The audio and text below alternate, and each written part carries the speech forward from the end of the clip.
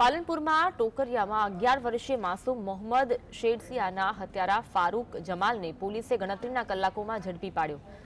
SP Akshayraj મકવાણાની ટીમે CCTV ફૂટેજના આધારે તપાસ હાથ ધરી હત્યારા ફારૂક જમાલને સફળતાપૂર્વક ઝડપી પાડ્યો હતો। ફારૂકે સેન્ટ્રો કારમાં બાળકનું પ્રથમ અપહરણ કરી ખેતરમાં તેની કરપીણ હત્યા કરી લાશ ફેંકી દીધી હતી। હત્યારાએ બાળક સાથે જાતીય સતામણી કરી હોવાનું પણ તપાસમાં બહાર આવ્યું।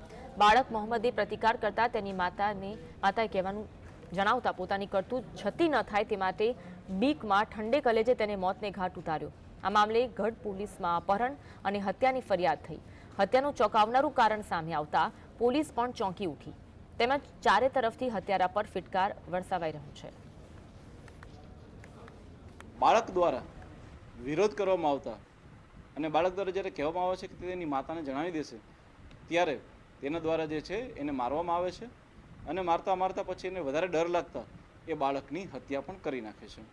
આ બધી વસ્તુઓના સાયન્ટિફિક પુરાવા પોલીસ દ્વારા એકઠા કરવામાં આવેલા છે। FSLને બી મોકલી આપવામાં આવેલા છે।